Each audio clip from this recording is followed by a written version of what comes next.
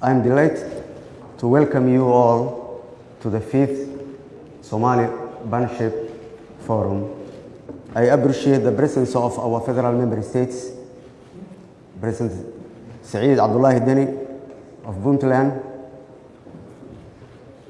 President Ahmed Mohammed Islam of Jubaland, President Ahmed Abdi Kari of Galmudug, President Abdulaziz Hassan from Southwest Somalia, President Ali Goodlawe Hussein of Hirshabelle, and the Mayor of Mogadishu, Mr. Omar Finish, our cabinet ministers, our international partners and colleagues present, and those who are connected online to reaffirm their solidarity towards Somalia.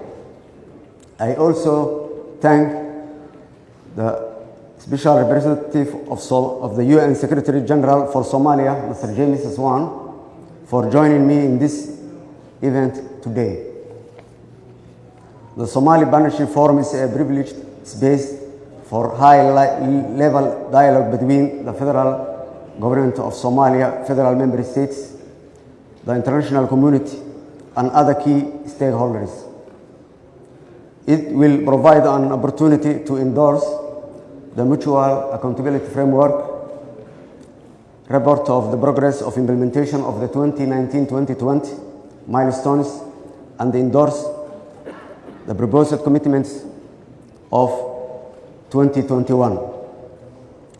The Mutual Accountability Framework milestones are must not fail priorities which are closely linked with and contribute to the implementation of the National Development Plan and ultimately the Sustainable Development Goals.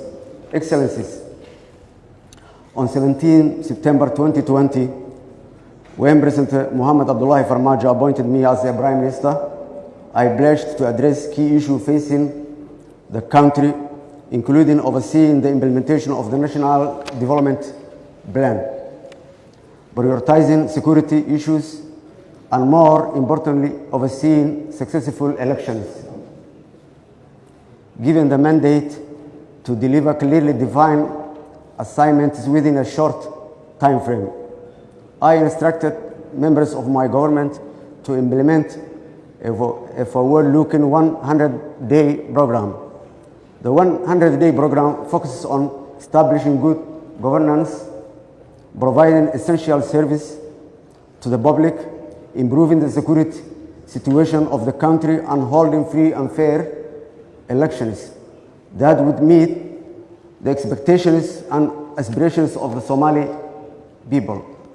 As the country braces for important general elections in the coming months, I reminded my cabinet of the critical task ahead to ensure that they concentrate all their efforts in delivering a free, fair electoral process, while at the same time guaranteeing the continuity of provision of essential service to the public. The cabinet retreat that concluded last month allowed our cabinet ministers to understand better their duties and responsibilities, the objective of the National Development Plan, and the 100-day program of the government. We all benefited tremendously from the outcome of this retreat, which also enabled us to strengthen the cooperation between the Office of Prime Minister, the Cabinet, and the different line ministries. Excellencies and colleagues, on the 20th February of this year, the electoral law signed by the President, the law provides the premise for a one-person, one-vote election to take place in Somalia. Some setbacks and delays undermine the possibility of hold a one-person, one-vote election in 2020, whilst this could not be achieved in 2020.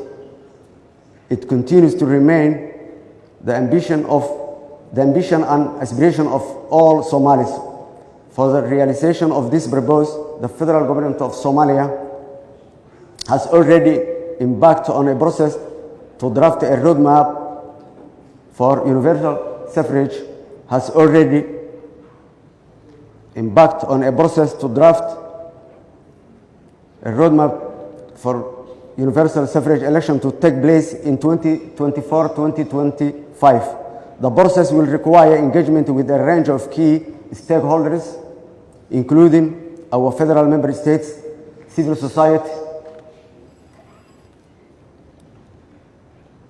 political parties, to ensure inclusive and credible election in the future.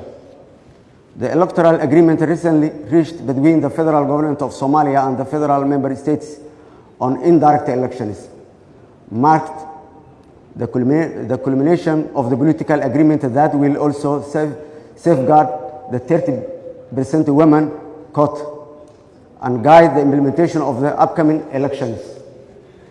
The Ministry of Constitutional Affairs, in close collaboration with the Independent Constitutional Review and Implementation Commission and the Parliamentary Oversight Committee, has engaged on an extensive drive toward finalizing the constitutional review process.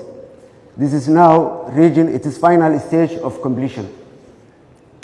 Somalia economic and financial reform initiative continue to be a key priority of the federal government of Somalia to alleviate the unsustainable debt burden from the Somali people. Somalia completed successive economic reform programs guided by the International Monetary Fund to reach the decision point under the highly in-debt poor countries initiative. This was a huge achievement, which is now followed by the sequel program, the extended credit facility, and which continues to focus on strengthening public financial management, strengthening domestic revenue toward fiscal sustainability, managing expenditure, and overall putting in place laws and regulations to institutionalize good governance and sustainable economic management. We are determined to remain on the right reform trajectory to reach the completion point and hopefully attain complete debt forgiveness. This should lead Somalia on the road to sustainable development, progress, and prosperity. Excellencies, our security reform is in earnest progress. Our comprehensive security sector reform continues to gain momentum. Having streamlined and standardized the Somali National Armed Force, the federal government of Somalia continues to generate and integrate forces, enabling us to continue degrading the terrorist groups and liberate more areas. The World Bank should re-engage in this process immediately. Somalia Transition Plan is in the principal strategic plan on security and serves as the guideline strategic document for the Somali security transition.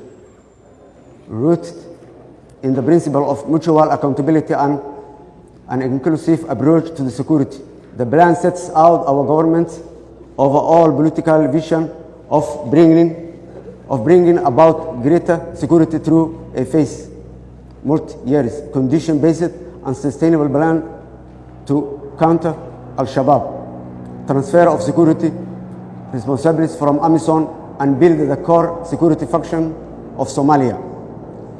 Our approach continues to be the sustainable recovery of strategic locations from Al-Shabaab in a sequenced approach enabling local development and state building.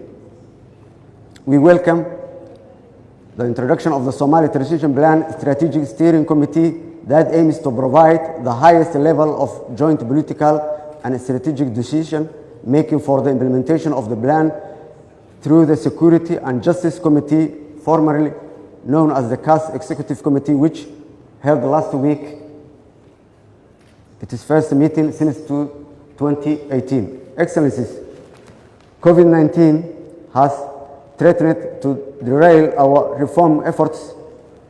COVID-19 poses a serious challenge on different fronts in a context that is already marked by fragility. This year, Somalia has been grappling with triple threat of COVID-19, the desert locust infestation, and natural disaster. The recent tropical cyclone Gati made landfall in Puntland and impacted over 180,000 people who are now in need of urgent humanitarian assistance. Food prices have leaped, remittances have significantly decreased, and trading activities have declined considerably. All of these factors have also resulted in a loss of domestic revenue. Excellencies and colleagues, throughout Somali state building process, we agreed to work together to build and invest in Somalia's future. Today, Somali Partnership Forum offers a concrete opportunity to deliver this commitment to do our part in building our country. Thank you, and our forum is officially open.